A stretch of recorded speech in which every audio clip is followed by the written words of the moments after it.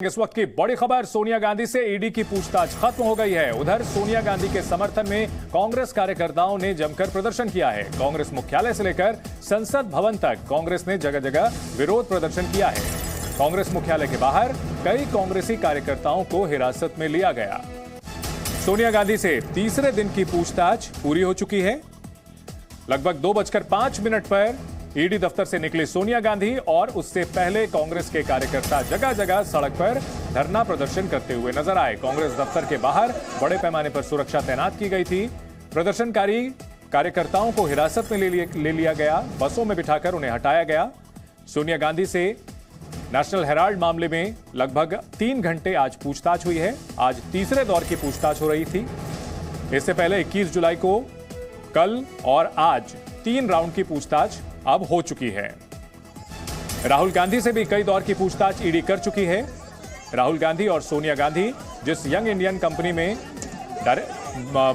Majority share holder हैं, उस पर आरोप लगा है कि एसोसिएटेड जर्नल लिमिटेड, जो कि नेशनल हेराल्ड के स्वामित्व वाली कंपनी है, उसके शेयर महज 50 लाख रुपए में ट्रांसफर हो गए।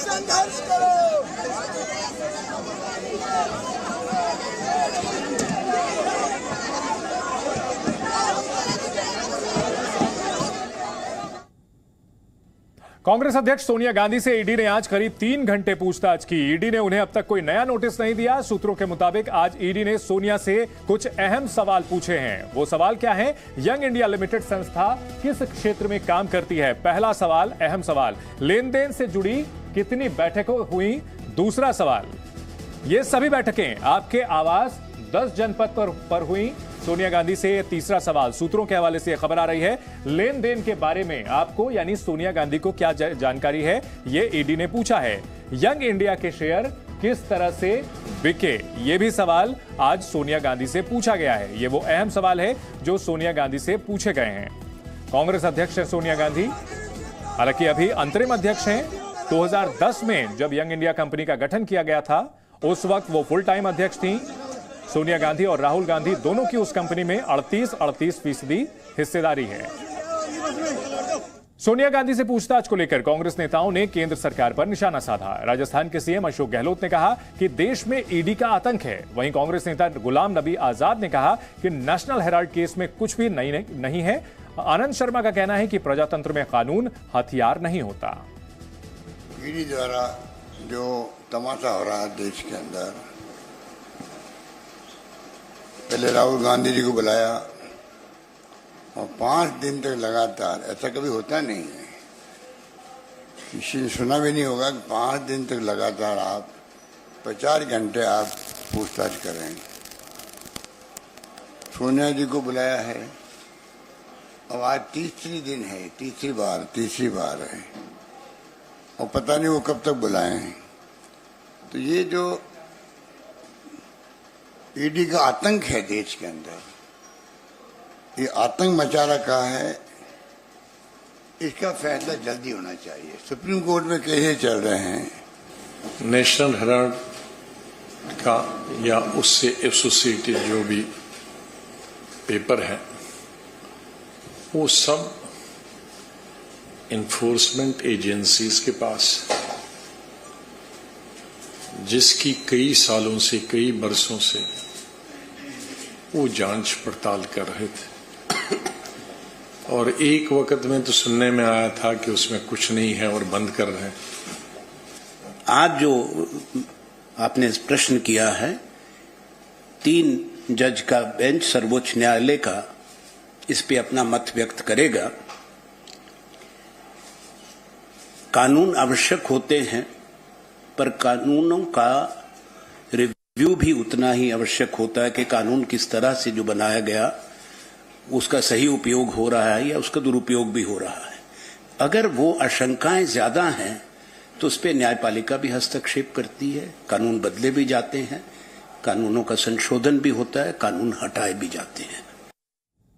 बीजेपी नेता मुख्तार अब्बास नकवी ने कहा कि कांग्रेस के पास न तर्क है और न ही तथ्य है, उसके बाद भी हंगामा करना ठीक नहीं है। तर्कों के खजाने को कुतर्कों के बहाने आप छिपाने की कोशिश करेंगे तो ये ठीक नहीं है। आपके पास तर्क नहीं है, आपके पास तथ्य नहीं है, उसके बाद आप हंगामा, हुड़दंग, हाहाकार मचा रहे हैं और आप कह रहे हैं कि साहब हमारे साथ जुल्म हो रहा है। आप लोगों को जो भी संस्था, जो भी एजेंसी बातचीत कर रही है उससे बात करिए, उसको बताइए। अगर आप गुनाहगार नहीं हैं तो आपको कुछ नहीं होगा, अगर आप गुनाहगार हैं तो जो कानून है अपना काम करेगा। इसमें कोई हाहाकार, हंगामा, हुड़दंग करने से तो फायदा होगा नहीं। वहीं कांग्रेस नेता दीपेंद्र सिंह हुड्डा ने सोनिया गांधी से ईडी की पूछताछ को लेकर केंद्र सरकार पर निशाना साधा है।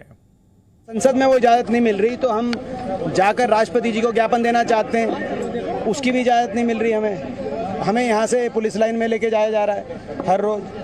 मेरा सरकार से सवाल है कि अगर विपक्ष को हर रोज सांसदों को पुलिस लाइन में लेके जाया जाएगा जब संसद सत्र में हो, तो नया संसद भवन बनाने की आवश्यकता है। पुलिस लाइन बनवा दीजिए, एक तरफ सरकारी दफ्तर, दूसरे पुलिस लाइन। संसद का आखिर यही महत्व है कि वहाँ पे हमारे पास संख्या बल नहीं है, लेकिन कम से कम अपनी बात तो रख सकते हैं, महंगाई को लेकर, बेरोजगारी को लेकर, ये अधिकार हमें मिले। वहीं ईडी को लेकर सुप्रीम कोर्ट के फैसले का बीजेपी अध्यक्ष जेपी नड्डा ने स्वागत किया है और कांग्रेस पर हमला बोला। उन्होंने कहा कि यह सत्याग्रह नहीं, असत्य के लिए आग्रह है। एक परिवार अपने आप को देश और कानून से ऊपर समझता है। असत्य के लिए आग्रह है और सच बात तो यह है कि सत्य को ग्रहण लगाने की कोशिश है। यह विषय जो उठा रहे हैं कांग्रेस पार्टी वाले, ये न देश के लिए है आवश्यक, न ही पार्टी के लिए। ये एक परिवार को बचाने की एक कुत्सित प्रयास है और परिवार को ही बचाने का प्रयास चल रहा है। करोड़ों रुपए का घोटाला हुआ है, उस घोटाले के बारे में एजेंसीज को जवाब देना ये उनकी आवश्यकता है और यही करने की आवश्यकता है। ईडी द्वारा जो तमाशा हो रहा है देश के अंदर, पहले राहुल गांधी जी को बुलाया और 5 दिन तक लगातार, ऐसा कभी होता नहीं है, किसी ने सुना भी नहीं होगा कि 5 दिन तक लगातार आप 50 घंटे आप पूछताछ करें। सोनिया जी को बुलाया है, अब आज तीसरी दिन है, तीसरी बार है और पता नहीं वो कब तक बुलाए हैं। तो ये जो ईडी का आतंक है देश के अंदर, ये आतंक मचा रखा है। तो एक और जुबानी हमले हो रहे हैं, वहीं दूसरी ओर कांग्रेस कार्यकर्ता आज प्रदर्शन करने के लिए जगह जगह सड़कों पर उतरे। राजधानी दिल्ली में कांग्रेस दफ्तर के बाहर ही बड़ी सिक्योरिटी के इंतजाम किए गए थे। सिक्योरिटी के काफी पुख्ता इंतजाम थे। महिला पुलिस भी थी। महिला कार्यकर्ताओं जो विरोध प्रदर्शन करने के लिए निकली, उन्हें बसों में भर करके डिटेन किया गया। सोनिया गांधी से भले ही पूछताछ आज की खत्म हो चुकी है, लेकिन कांग्रेस लगातार हंगामे के मूड में है। कल राहुल गांधी जिस तरह से धरना देने के लिए गए थे, उसके बाद आज कांग्रेस दफ्तर के बाहर ही मल्टी लेयर सिक्योरिटी इंतजाम थे। जो भी कार्यकर्ता धरना प्रदर्शन करने की कोशिश कर रहे थे, उन्हें हिरासत में लिया गया। यूथ कांग्रेस अध्यक्ष श्रीनिवास भी नजर आ रहे हैं। श्रीनिवास काफी आक्रामक तरीके से विरोध प्रदर्शन करते रहे हैं और आज इस दौरान उनकी हल्की झड़प भी हुई सुरक्षा कर्मियों से। बस के अंदर नहीं जाना चाहते थे कांग्रेस कार्यकर्ता, उन्हें जबरन बसों में बिठा करके हटाया गया है। सोनिया गांधी और राहुल गांधी से इस मामले में ईडी पूछताछ कर रही है। पहले राहुल गांधी को 5 दिन तक ईडी ने तलब किया था, उस दौरान भी कांग्रेस की ओर से प्रदर्शन किया गया और अब जब सोनिया गांधी से पूछताछ की जा रही है तो भी कांग्रेस कार्यकर्ता लगातार सड़कों पर उतर रहे हैं। केंद्र सरकार पर आरोप लगा रहे हैं कि वो ईडी की शक्तियों का बेजा इस्तेमाल कर रहे हैं। इस बीच आज सुप्रीम कोर्ट में ईडी को लेकर के कई याचिकाएं दायर की गई थी। उस पर सुप्रीम कोर्ट ने कहा कि ईडी की शक्तियों में कोई कटौती नहीं की जा सकती। जो भी अधिकार हैं ईडी के, वो बरकरार रहेंगे। और इस बीच आज तीसरे दिन की पूछताछ सोनिया गांधी से खत्म हो चुकी है। अभी हालांकि कोई नया समन आने की बात सामने नहीं आई है।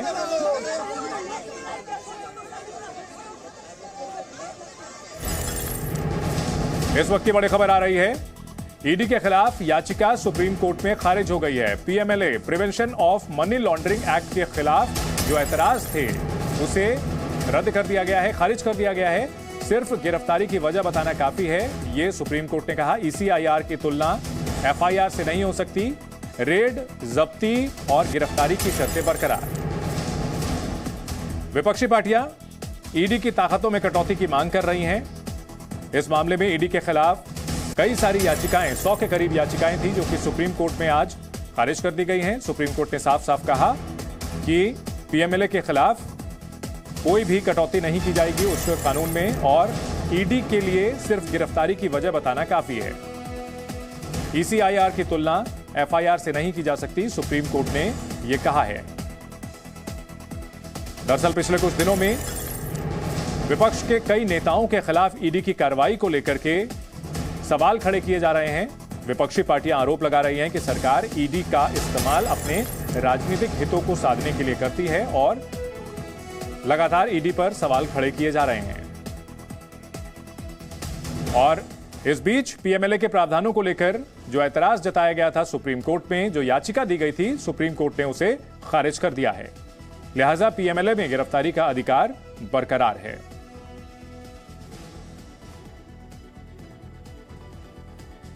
पिछले कुछ दिनों में विपक्षी पार्टियां लगातार ईडी पर निशाना साध रही हैं, आरोप लगा रही हैं कि केंद्र सरकार अपने राजनीतिक विरोधियों के खिलाफ ईडी का इस्तेमाल कर रही है दबाव बनाने की रणनीति के तहत। इस बीच कई याचिकाएं दी गई थी और सुप्रीम कोर्ट में आज इस मामले पर सुनवाई हुई, लेकिन सुप्रीम कोर्ट ने साफ किया कि पीएमएलए को लेकर जो प्रावधान है उस पर कोई भी आपत्ति सुनवाई योग्य नहीं है, खारिज कर दिया गया है।